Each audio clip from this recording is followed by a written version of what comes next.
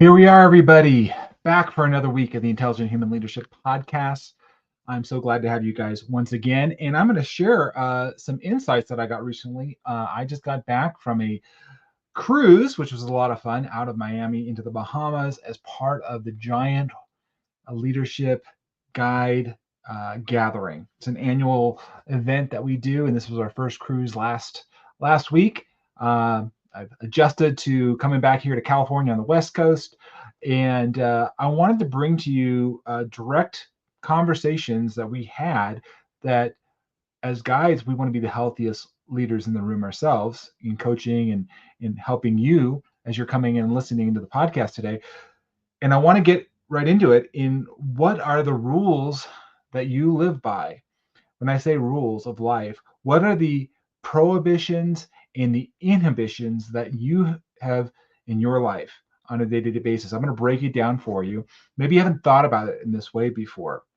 We all know about the laws of the land, if you will, speeding and there's certain laws that we all live by. Those are generally speaking prohibitions, what we can't do.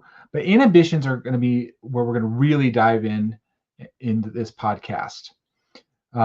Those inhibitions are your limiting beliefs. They're your internal. They're not external, but they're internal. Those prohibitions, like I mentioned before, are those external rules or expectations.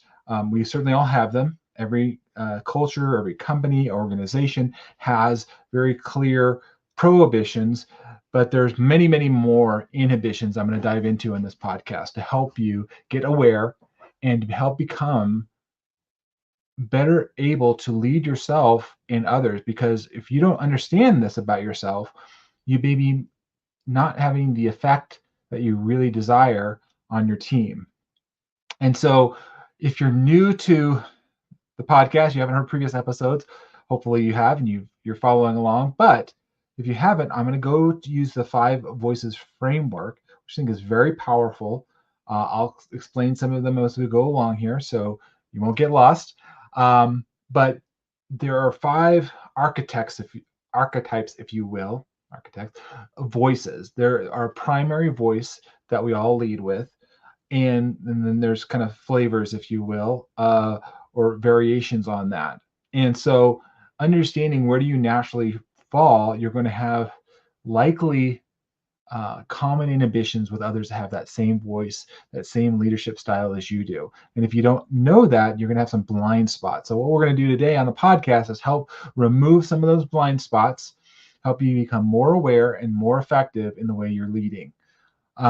So I'll just throw a couple questions for you as we get in here is, how do your internal inhibitions hold yourself or other leaders back from maximizing their leadership potential? So it may not just be you, it could be others in your organization. How do the external prohibitions shape or limit leadership behaviors? Sometimes they're good, it's not always. We have to evaluate those. What's working, what is not working? What are the unique challenges that you face in the workplace when you understand this 5 voices framework?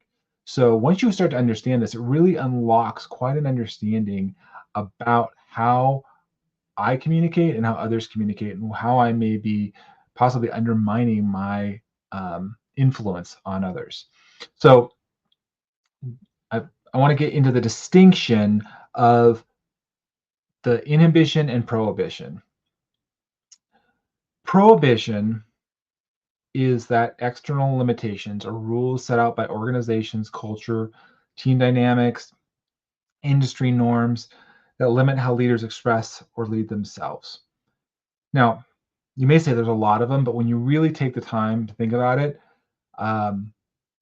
there are big overarching ones likely, but there's not a lot of little tiny ones just because it would be overwhelming to try and write all those things down.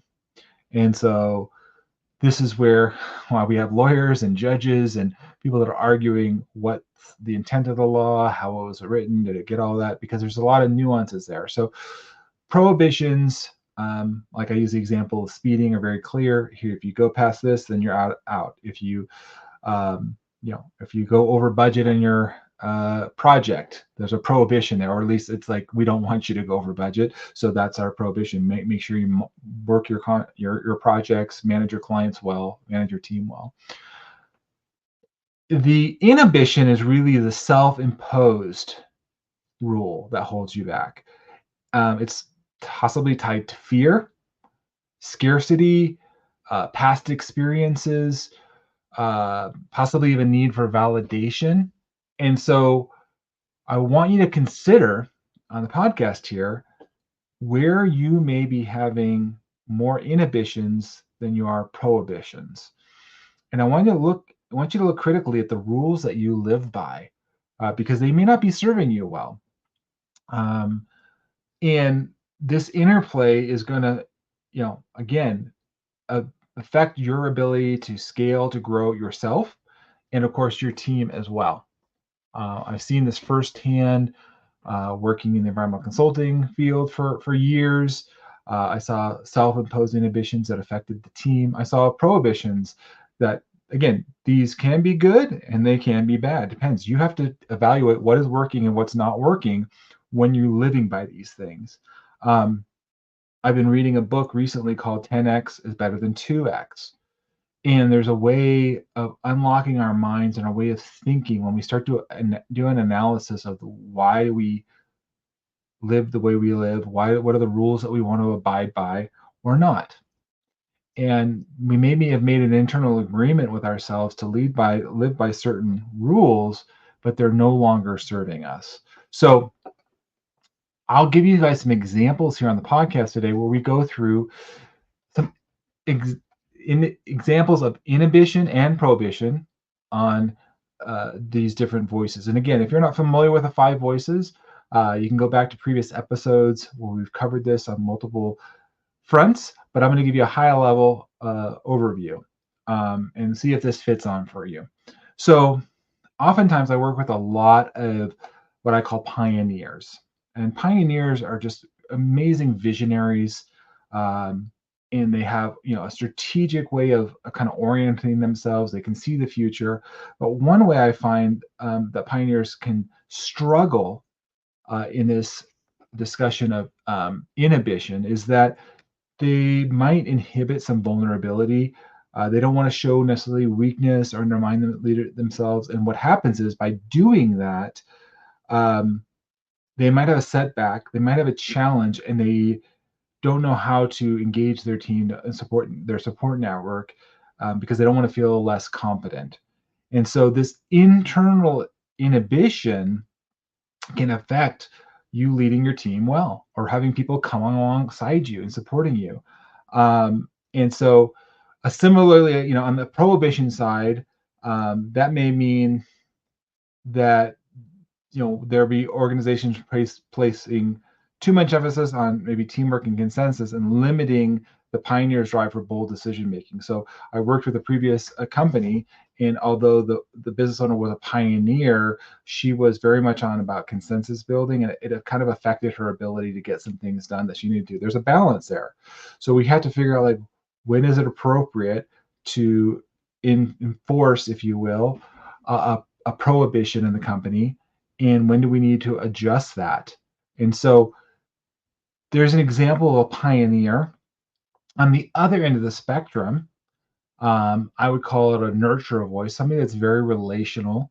They're very attuned emotionally. They can sense people where people are at, but they oftentimes have an inhibition to not share their voice because they don't want to cause conflict.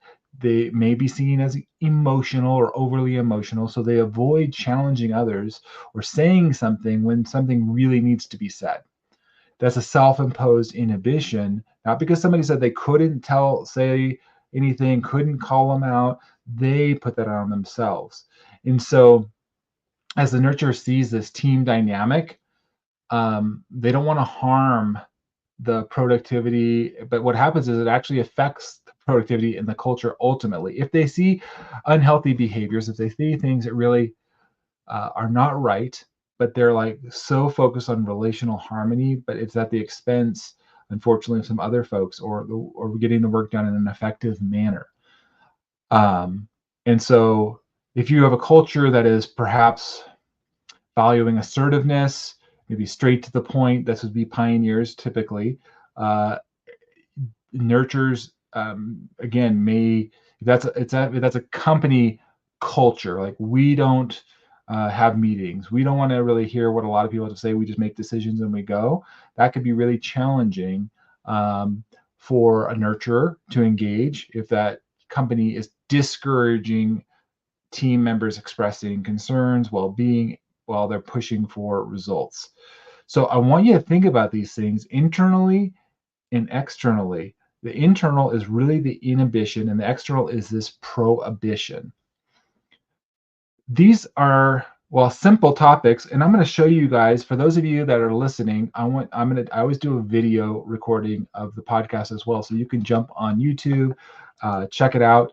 I'm going to show an image here, but it's really what I've been saying all along, but I want to give you a visual so you can see this of inhibition and prohibition.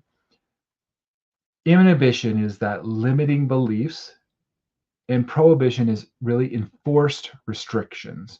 And so the question that you'll see on the slide is, who says you can't? Most of the time, it's us. It's me. I'm saying I can't. I'm providing the limiting belief or the scarcity. I'm providing the inhibition. It isn't somebody else externally. It's me. Now, you may think it is somebody else, but I want to challenge you to really evaluate that. Is that a kind of a written rule? Is that something that's really clearly stated in the organization or wherever you're working or participating in? Or is it something that prohibition maybe just kind of be floating out there? Or is it really more internal on yourself? As you understand this about yourself, you can apply this more effectively. Number one, to yourself, and of course, your team. If you know you're a voice, like I'm a connector voice, and one of the challenges I have from in my inhibitions of as a connector, I want to have connection. It's in the name, but I don't want to face rejection. But the reality is, rejection is a part of life. You're going to have to face rejection at some point, many times. And so if I don't embrace that and understand that, I can do damage. And I personally have had to learn how to move away from passive and passive aggressive behaviors that didn't serve me, hurt my team, hurt my family, because I wasn't self-aware. Now I've moved to a place where I'm much more assertive, clearer, and continue to move in that direction with leading myself and my teams. And so, again, if you understand this, if you're not a connector, that's fine. You may be one of the other voices, creative or guardian, for example, but you'll know, hey, I recognize this person's holding back, or when there may be a self-imposed inhibition there.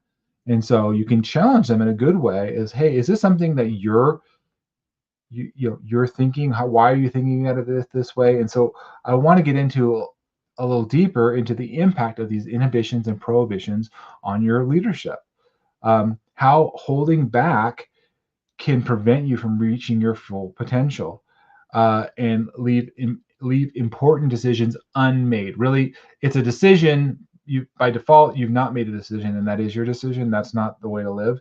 I say you want to live a life by design, not default. So you can be very clear on, I'm making this decision, and this is the direction I want to go. These self-imposed limitations, like fear, failure, or rejection as a connector, can really create tension within you as a leader and the team performance. One of the things we do through Steward Your Business and Steward Yourself is we can look and do a team performance assessment in all areas and see where are we having breakdowns, where might there be more inhibitions than there are prohibitions. Oftentimes, I find with business owners, they're like, yeah, I'm not saying they can't do this or go there or make this happen. That's something they put on themselves. and it's affecting production or production capacity within your organization. So it's really important that we evaluate this so that we can then make the changes and have the more lasting positive outcomes.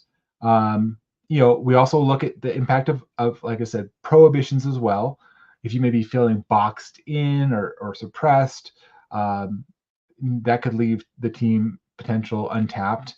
And some examples of prohibitions may affect creativity, building community, or making some strategic directions across the different voices. So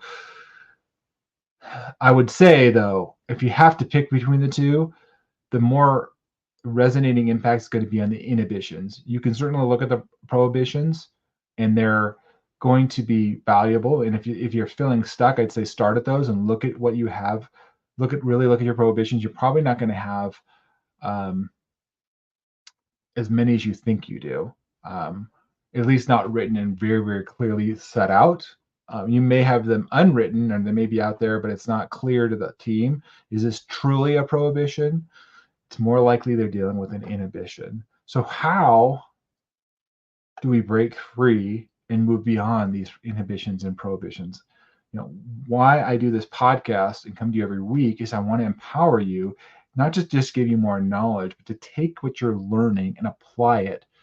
Whether you're a director, whether you're the owner of a company, or you're leading a small team, the goal here is that you're going to be more effective and healthy in being a leader.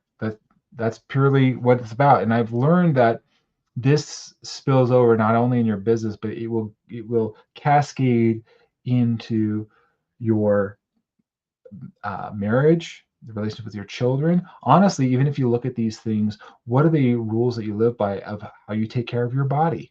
How do you, again, run with your finances?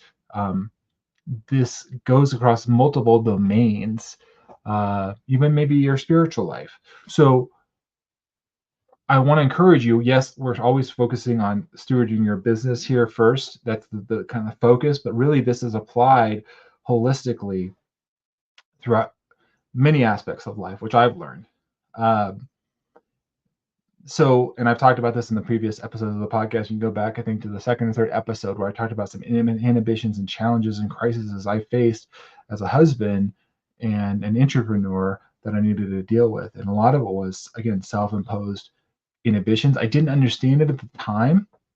And I've taken years of working through mindset and understanding to get free of that, to create the new stories, the new dynamics. And you've heard of that on my previous episodes about stacking and using that desired outcome. So this is where we're going to get. I want to break it down for you on the podcast so that you have a walk away for any one of the voices.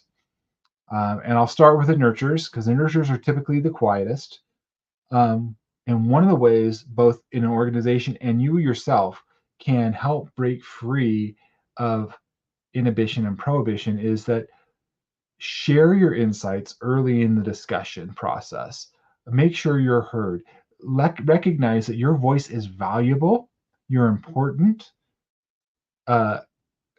Recognize that, because sometimes people minimize themselves. So they diminish their contributions. They don't feel that they're the valued participant in the organization. So I want to encourage you, value yourself and recognize that your impact to help the team, help your family, is when you're given the opportunity to speak, or look for the opportunity to speak up first. So you've got strong voices that are typically going to go first, but you have something valuable to say before you speak, and I want to hear what you have to say, because nurturers always do.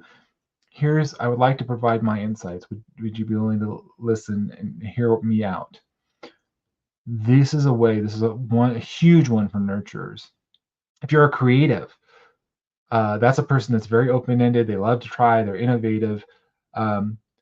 Recognize, similar to the connectors, that rejection is part of the process of innovation.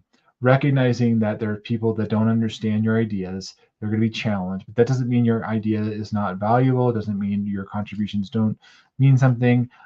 Recognize that it's part of the process. An innovator, somebody coming with new ideas, needs feedback. They need a feedback loop. They need to be challenged in a good way to help refine whatever that is coming up with, whatever the process, whatever the direction you're coming up and going with.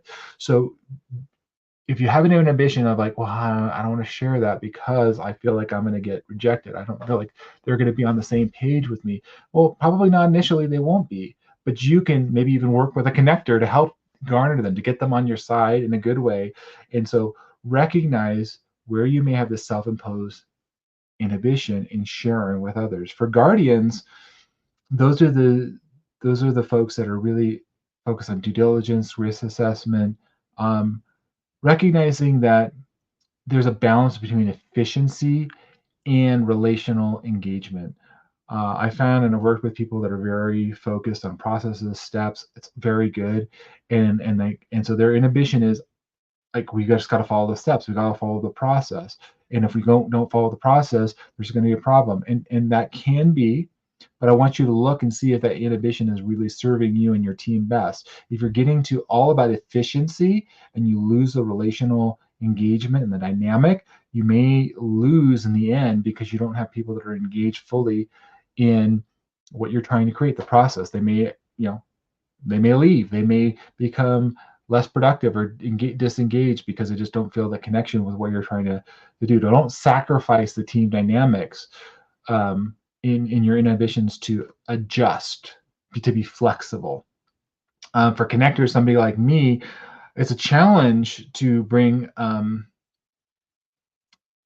constructive support. Sometimes what happens, I've noticed in inhibition, is that I was so positive and looking at some things, like I didn't want to face the reality that there was going to be some real challenge here, or maybe I didn't even realize it at the time, because this is about being aware, understanding ourselves to lead ourselves. But I didn't realize I needed to bring enough challenge with the support I was offering. I was very positive. I could do these things, and I realized I inhibited myself from bringing challenge to people, to bringing a more critical eye, and it undermined my ability to get some projects and some big initiatives done. And so if you don't aware of these things, what's going to happen is it's going to undermine your effectiveness. Finally, I want to bring up the pioneers. The pioneers benefit from will benefit from building that emotional intelligence into the leadership style. And so if you're inhibiting yourself, like, I can't feel that, I don't want to share that, it's not my normal way of being, just recognize that's an inhibition. And there'll be a time and a place where you can really engage your team and open up and be vulnerable, and again, have that lasting impact as a leader. So I've given you some breakdowns here on the podcast today. We can go much further in this, and I do this in the 5 Voices for Teams and so many other resources as part of the Steward Your Business and Steward Yourself programs. That being said, I hope you're walking away recognizing you have both inhibitions and prohibitions, and more likely a lot more inhibitions, a lot more tendencies that are perhaps undermining your effectiveness. We can get on a call. I can help you start to unpack this and empower you as a leader. And that's my calling in Steward Your Business and leading others. And so if you find this resonating with you today, please leave a 5-star review, jump on a call with me. I'd love to connect with you. Of course, you can connect with me on any of the social media platforms. But let's get into it in a good way and start to recognize those things, name those things. And as you do that, you're going to help others recognize where they have maybe similar ones that you have, or conflicting ones that you have, or that with the ones that you have. And so this is all about you becoming that intelligent human leader. Together, you don't have to go it alone. You have me as your advocate. You hear me on the podcast every week, encouraging you, pointing you in the right direction. Let's move from the pit of despair, dysfunction, challenges where you're like, man, it is not working.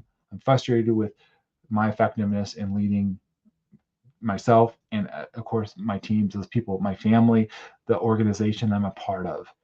Reach out to me. Let's talk. I would love to meet with you And I appreciate all the great comments and feedback that continue to come on here. Please share the podcast with others, invite them to follow along. Again, I'm so grateful for you guys to be here. It's been a pleasure, and I will continue to bring the podcast week after week. Until next time, take care, everybody. Be well.